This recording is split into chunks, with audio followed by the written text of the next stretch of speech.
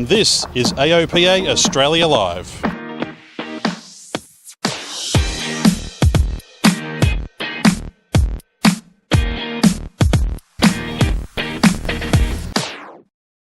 And we welcome here to the AOPA studio from Garmin Instruments, Pat Coleman. G'day, Pat. Good day. Nice to be here. Thank you. Well, thanks for coming and meeting with us. And gee whiz, Garmin Instruments and glass cockpits in general have really taken the world by storm, haven't they? Particularly in GA. And I guess with your stablemate, the G1000, really out there and leading the pack. Yeah, absolutely. G1000 came out in 2004 and revolutionized general aviation. Gave you a flight deck like an airliner for the small guys in general aviation. And just a few months ago, we came out with an update to the G1000 called G1000 NXI, which adds a whole host of new features and capabilities to make flying safer and easier. It's without doubt, Steve, some of this new technology is just amazing, and with Garmin it just seems to be getting better and better. Yeah, absolutely. A lot of our products are updated via software updates. So we build really strong future-proof hardware, and then we're able to periodically update the software to add new features and capabilities. Some of the mechanisms you use to update that software is unique, isn't it, itself? I believe you can do it through an iPad app and upload through Bluetooth. Yeah. So we have a product called the Flight Stream, which is a wireless gateway between your iPad and your panel mount devices that allows you to transfer flight plans, see traffic that you may receive from ADSB, as well as upload your flight plan information and database information. You know, Steve, one of the questions I guess that sits on everybody's mind at the moment, and it's been such a contentious issue with the industry, is ADSB. Absolutely. What products has Garmin got available at this point in time, and what exactly is the upgrade pathways for some of the, I guess, the older legacy systems? Sure. So there's a couple options for. We have a product called the GTX 330, which is a panel-mounted Mode S transponder. There's also the GTX 33, which is the remote mount version. Both those products can be upgraded to what's called ES for extended squitter. That allows that transponder to be ADSB out capable. You need to interface it with a GPS position source. But we have two newer products that are new transponders that are ADSB out capable from the factory. So there's ADSB out only, called the GTX 335, both panel and remote mount. And then there's the GTX 345, which is ADSB out and in.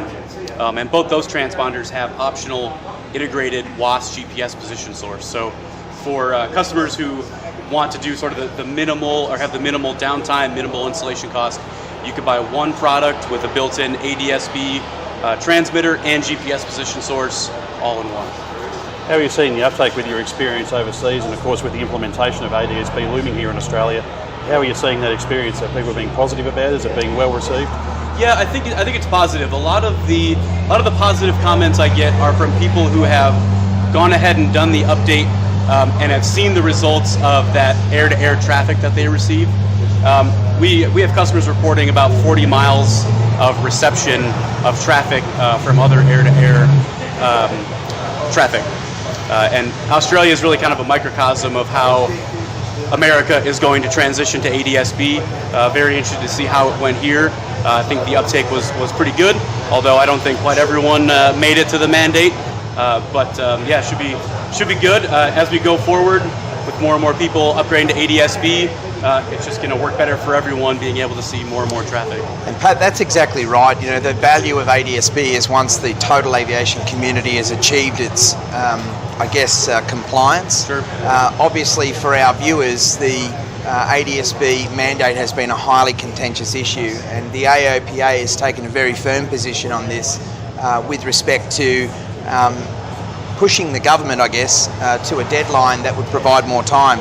At this point in time, the mandate has come into effect, but for private IFR, they have now got an exemption or an extension in place. What's your view on the extension, and should our aircraft ownership community be really trying to get in early and not leave it too late? Yeah, I think it's always better to get in early if you can, if you have the time and the luxury to do so. As I said, I like to think of the traffic more like brake lights on a car on a dark country road. You might not know that it's there, but once you do, you can actually see that it's there, and it might be the only traffic around, but it might be right in front of you as well. We've seen, even in the US, a backlog, even today, years ahead of the mandate, of people trying to get the work done and the ADS-B installed, and there's more aircraft and more work to be done than there are people to do the work. So it's always good to get in there and you get to take advantage of those benefits earlier. Steve, certainly a challenge for our industry given the number of aircraft that are going to need to be compliant, but you can't deny that the technology itself is actually going to be advancing general aviation and overall will make our industry a hell of a lot safer. Well, I think aviation has always been a leader when it comes to pushing new technology boundaries, and that's always going to be the case, so we have no choice but to embrace it, and I think companies like Garmin are really out there helping our members to achieve that. No problem. Well, Pat, we really appreciate you coming to see us. Of course, you can find out more from Garmin.com. Pat Coleman, thanks very much for joining us. Thank you for having me. Appreciate it.